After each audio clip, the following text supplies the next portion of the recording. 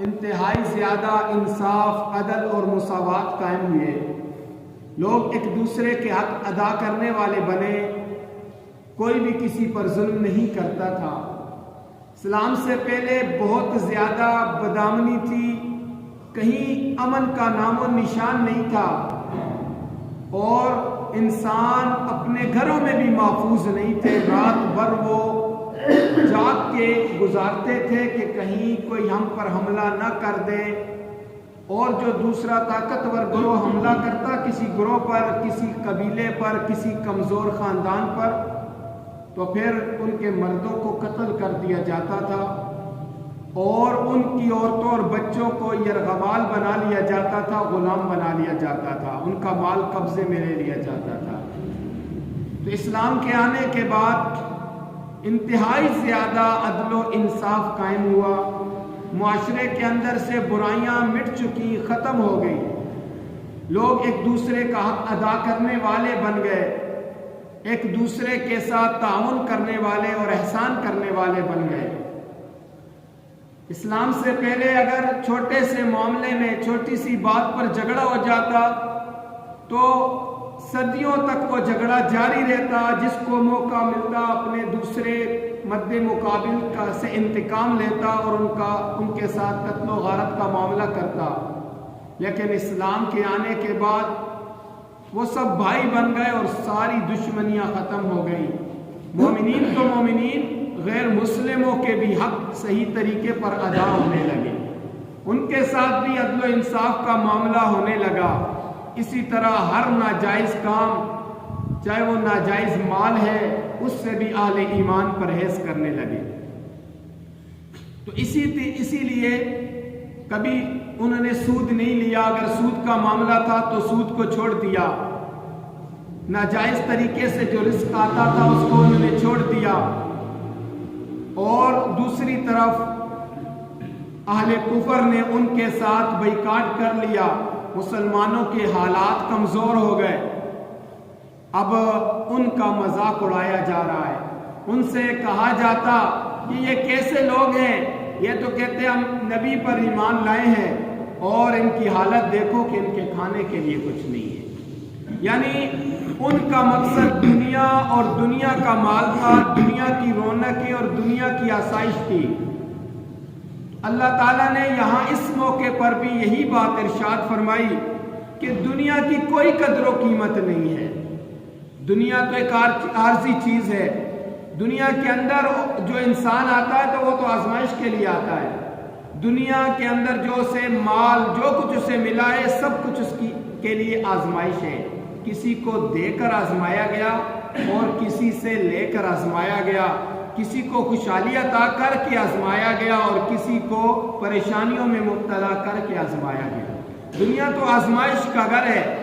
یہ تو ایک عارضی ٹھکانہ ہے، یہ تو ایک امتحان گاہ ہے۔ اس امتحان گاہ میں اللہ تعالیٰ نے اپنے بندوں کو اپنا نائب بنا کر بھیجا اور ان کے ساتھ احکامات بھیجے، ان کے ساتھ ایک کتاب بھیجی کہ اس کتاب پر تم ایمان بھی لاؤ گے اور اس کے مطابق تمہاری زندگی بھی ہوگی تو اسی صورت میں تمہارے لیے کامیابی ہے۔ آج تو ہم نے اپنے دین کا ایک محدود تصور قائم کر لیا ہے کہ قیامت کے دن ہمیں صرف نماز کے بارے میں پوچھا جائے گا، روزے کے بارے میں پوچھا جائے گا، چند چیزوں کے بارے میں پوچھا جائے گا اور ہم چھوٹ جائیں گے۔ ہاں، یہ ضروری بات ہے کہ نماز کے بارے میں بھی پوچھا جائے گا، نماز بھی اسی رب کی طرف سے ہمارے اوپر لازم ہے، روزے کے بارے میں بھی ضرور پوچھا جائے گا، حج اور زکوٰۃ کے بارے میں بھی ضرور پوچھا جائے گا، لیکن اسی پر بس نہیں ہے،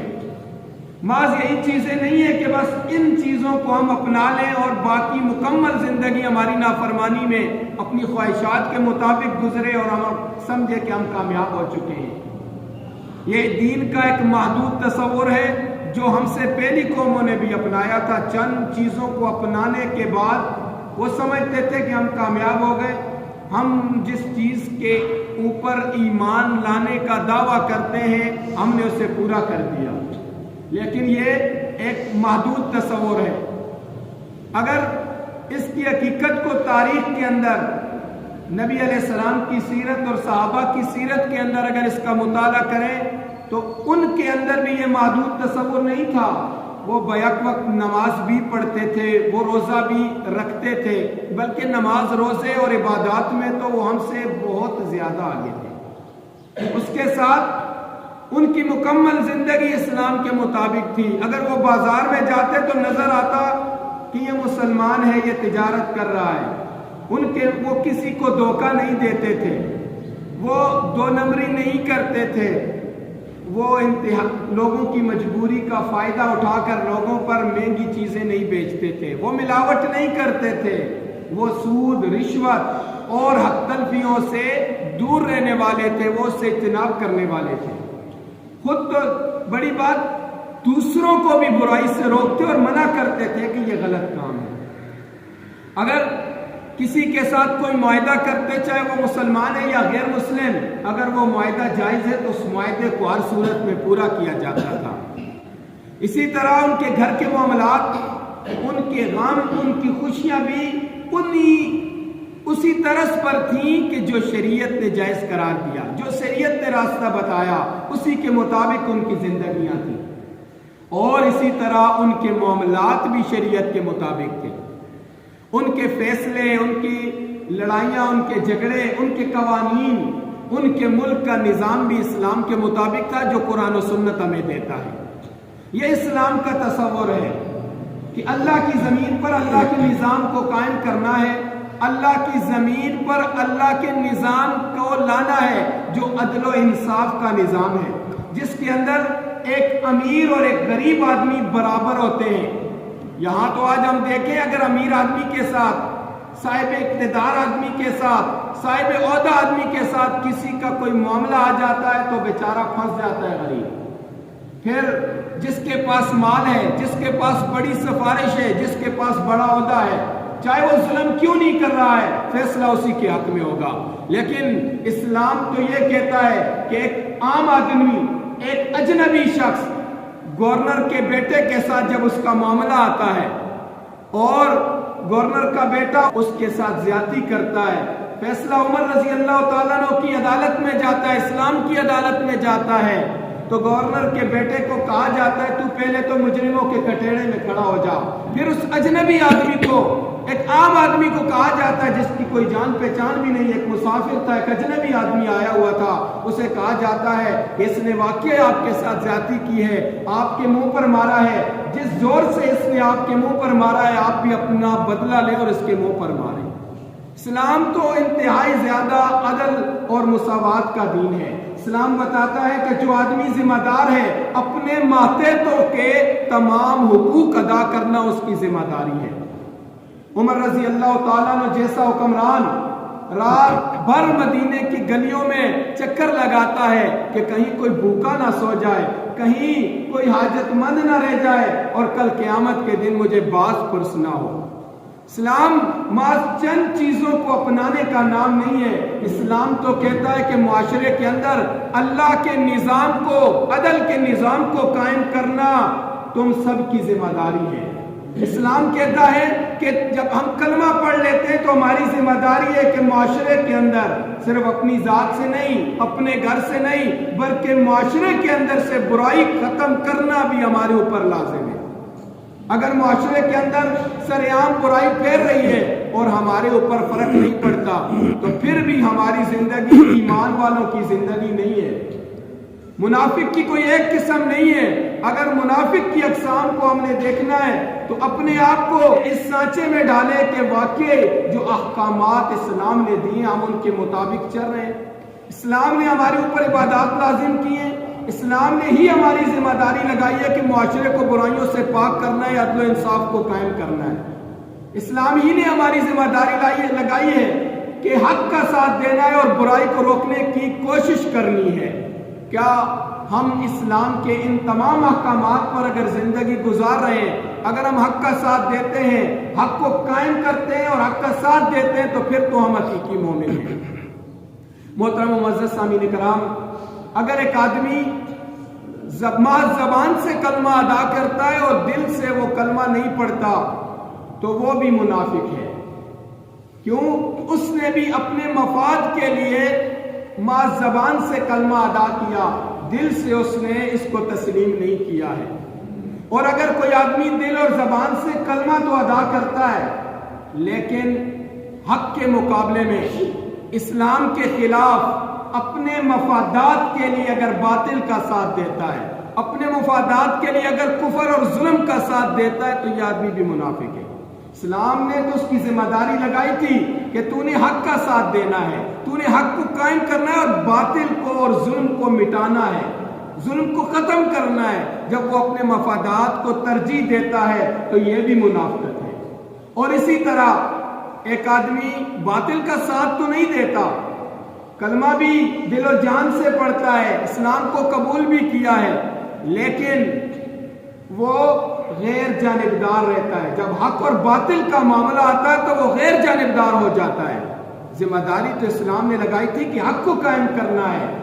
ظلم کو، باطل کو مٹا کے رکھ دینا ہے، اس کے خلاف کھڑا ہونا ہے اور حق کا علم بردار بننا ہے، حق کا ساتھ دینا ہے۔ لیکن اگر کوئی آدمی غیر جانبدار ہو جاتا ہے تو اس کو بھی منافق کہا گیا ہے کہ ایسا آدمی بھی منافق ہے۔ لہذا یہی چیز ہمیں بتائی گئی کہ دنیا کا مال، دنیا کا عہدہ، اس کی کوئی قدر و قیمت نہیں ہے۔ ایک مومن اپنی آخرت کو دیکھ کر ہر عمل کرتا ہے اور ہر کام کرتا ہے، اس کے مد نظر اس کی آخرت ہوتی ہے۔ تو یہاں فرمایا زُيِّنَ لِلَّذِينَ كَفَرُوا الْحَيَاةُ الدُّنْيَا، کافروں کے لیے تو دنیا کی زندگی مزین کر دی گئی ہے، وہ تو دنیا کو ترجیح دیتے، وہ ہر کام کرنے سے پہلے یہی سوچتے ہیں کہ دنیاوی طور پر مجھے اس کام سے کیا فائدہ ہے، مجھے کیا نقصان ہے۔ اسلام انہوں نے پس پش ڈال دیا، اسلام کو بھلا دیا ہے، محض اپنی ذاتی مفاد اور دنیا حاصل کرنے کے لیے وہ کام کرتے ہیں اور اسی کو ترجیح دیتے ہیں۔ تو فرمایا زینا، مزین کر دیا گیا، خوبصورت بنا دیا گیا، للذین کفروا، کافروں کے لیے، الحیات الدنیا، دنیا کی زندگی، وَيَسْخَرُونَ مِنَ الَّذِينَ آمَنُوا، اور وہ ایمان والوں کا مذاق اڑاتے ہیں۔ لازمی بات ہے کہ جب ایمان والے حق کو ترجیح دیتے ہیں، آخرت کو ترجیح دیتے ہیں، حلال اور حرام میں تمیز کریں گے تو لازمی بات ہے حالات تنگ بھی ہو سکتے ہیں۔ لہٰذا